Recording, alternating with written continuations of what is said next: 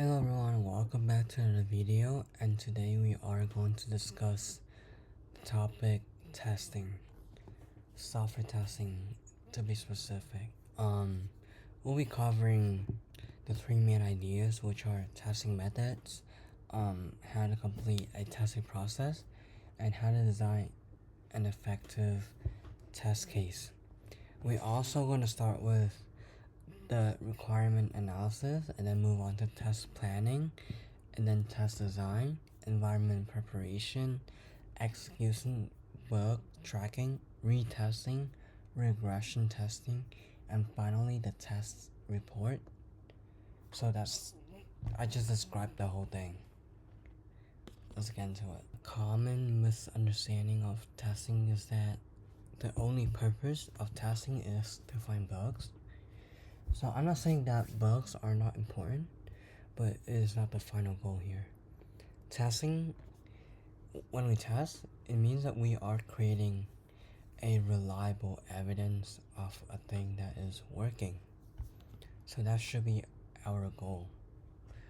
And there are four main outputs of testing. We have the test plan, the test case / scripts, the test execution evidence, and the test report.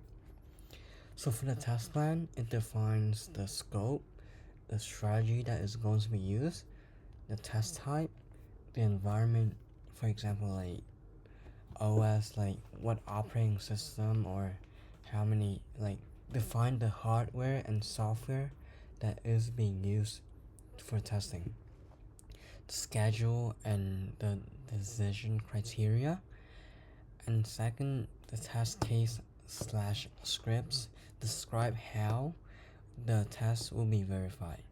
So for example, you can write the test case manually, or you can do automation scripts. That is all linked up to the requirement. And the third, the execution evidence shows that whether if the test has passed, failed, or blocked. Block meaning that you can't test this, so you can't test the rest of the feature. And also, or finally, the test report, which just summarize everything that you just did. And for example, quality status, open risk, and the recommendations for the future release.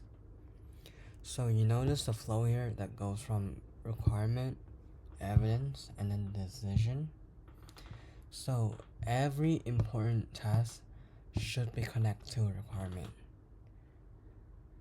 So I'll say that again. Every important test should be connected to a requirement. If a test cannot be traced into any of these, then we should question ourselves, why does it exist in the first place? So to sum up, testing is not just an activity. It is not just about finding bugs. It is also about making sure that the thing does work before a release. It reduces the uncertainty. So a testing process becomes useful only when every step has a clear input, activity, and output. Always, right? So you have the requirement analysis. So this clarifies the feature, the rules, and it asks a lot of open questions. So for example, if a requirement says that the system has to respond quickly, that alone is not a testable requirement. You have to clarify what is quickly, like for example, how many seconds under Mac OS or any kind of device. And then when you do the requirement analysis, you have created yourself a thing called the test planning. This converts all of the requirements into an approved plan. So it defines the scope, the strategy, the types, environment, schedule, and criteria. And then the test case design converts the plan and requirements into the actual manual cases or automatic cases. And then the next step is the execution and bug tracking. So during the testing, the execution and bug tracking, the output is not pass, fail, or blocked. That is not what you're looking for. It should also include the evidence of what is not working. For example, screenshots, for example, logs, or any sort of evidence showing that the feature is not working. And then the retest and the regression test. So these two are very important. So when you have when you run your first test, the reported bug is reported, and then you fix it again. So retest meaning that you retest a false bug. And then a regression test is testing the other feature, the other affected feature, so whether they are affected by this bug. So that's regression bug. And finally, the closure report, and this is just a report tracking every steps that you've done. This usually be done through Excel, through Sheets, table.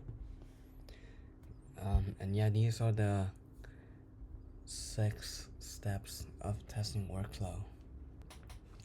The next part is test plan.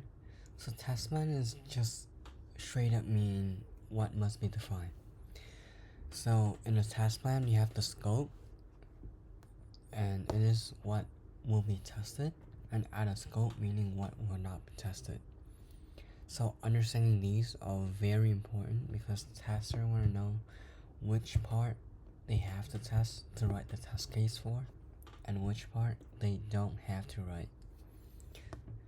The next thing I want to talk about is strategy and order. So strategy and order is very important. Also, this is based on the priority about which test and bug should be fixed first. So for example, how is the bug compares to the overall system, and how does it affect the system? So it is split into 4 categories. So first you have the cosmetic, which is the lowest priority, and then the minor, and then the major, and then the critical. So those are the 4 bugs, and depending on how severe a bug is, it will be fixed in a certain amount of time. The environment is just the version of the device, of the environment of the device that's working on the test. So for example, the version of the OS, for example, you have the Windows, you have the Mac OS, you have the Linux. Or it can be the browser, for example, Safari, Chrome, Opera, device, hardware, and data. And schedule and owners it has to be defined because you want to know who tests for one test and how long.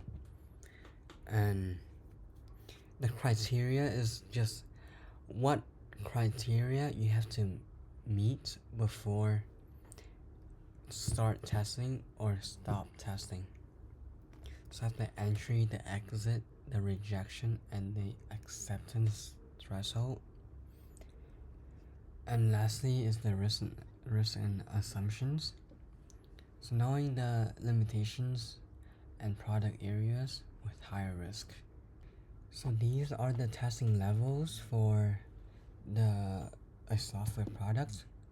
There are 5 kind of testing: unit testing, usually done by the developers; integration and API tests to check the API database and also interface and how the features connect together, how they run together. And then the feature test or the system test is the overall. The system is the overall test of the whole system, and the feature is every single feature. This is also be done by the tester. The UAT is the user acceptance test. So this is to see if we have met all the requirements that are made by the user and the customer. And finally, the regression test is the retest of the affected features and critical existing flows. So meaning that a feature may have a bug and it may have impact other features. So we have to test the regression of the whole thing to see if there's any effect on the other features. So I actually made a very detailed about these kind of tests in my SDLC video, software development lifecycle. If you're interested, feel free to go back to the video to take a look. But usually it goes from UAT to system testing to feature test, integration test, API and unit test, and then finally the regression test. The regression test usually at last, because when you have to find and identify all of the bugs, you can then from that bug figure out any affected features. So a test can be divided into two broad groups, which are functional and non-functional testing. A functional test tests what a system does. So it validates the feature, also the business rules, calculation, permission, workflows, and it consists of system testing, integration and API testing, and bug verification is also functional when we check whether a specific behavior works correctly. And also regression tests can also be included in the functional test, because of it tests how the affected feature and the critical existing flow. So for non-functional testing, it is not testing the features of the product, but it tests the performance, the load capacity, the security, the usability, and the compatibility. So those are the things that a non-functional testing does. Database also is not included in this one, but it is something that you gotta bear in mind, because database doesn't belong to either of these groups. So next is the test criteria. The test criteria turns the subjective test decisions into a measurable decision. So you have the entry criteria. This is the criteria of when you know when to start testing. So before start testing, you have to met all the requirement. You have to set up your environment. You have to build, deploy already. You have to test the data. The exit criteria is how much of a final results criteria cases, success cases can be in order to be considered as acceptable. So for example, some companies, they require 100% of test case executed, or 100% of critical cases executed, or a certain amount of percentage. So this is this just means that how much percentage of error is allowed in order for a product to be considered acceptable. Rejection criteria is when the build is too unstable to continue testing. So for example, the build cannot install, the smoke tests fail, the critical bug blocks the core flow. So these are the criteria that you have to bear in mind while testing. So we have the bug report, severity versus priority. I have talked about this in the previous sections. So for severity, we first have the cosmetic bug, which are usually very small bug that can be fixed right away. Minor bug, usually the one with the small functional issue. Major is a little bit bigger. Critical is the biggest. So when it comes to like crashing the whole system or data stolen or data loss, so that's when it's critical. And priority, so it is usually based on the business urgency. So we have the highest priority, meaning that it have to fix first before the release. The medium can be fixed in current or next cycle. Low, and low is when it's usually things that are very minor. So for example, a typo can be a cosmetic severity, but it affects how the customer look at the product, so it has to be the highest priority.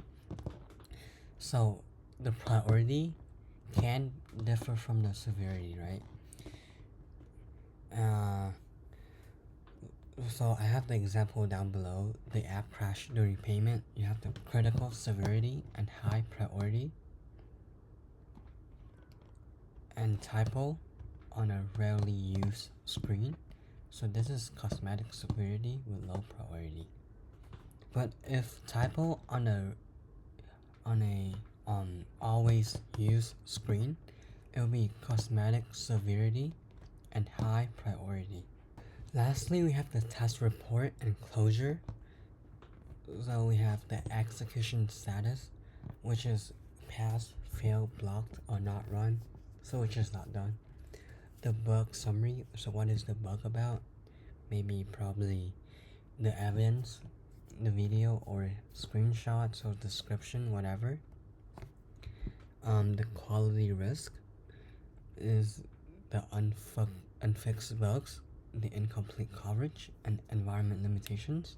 So these are the risks that has to be addressed sometimes.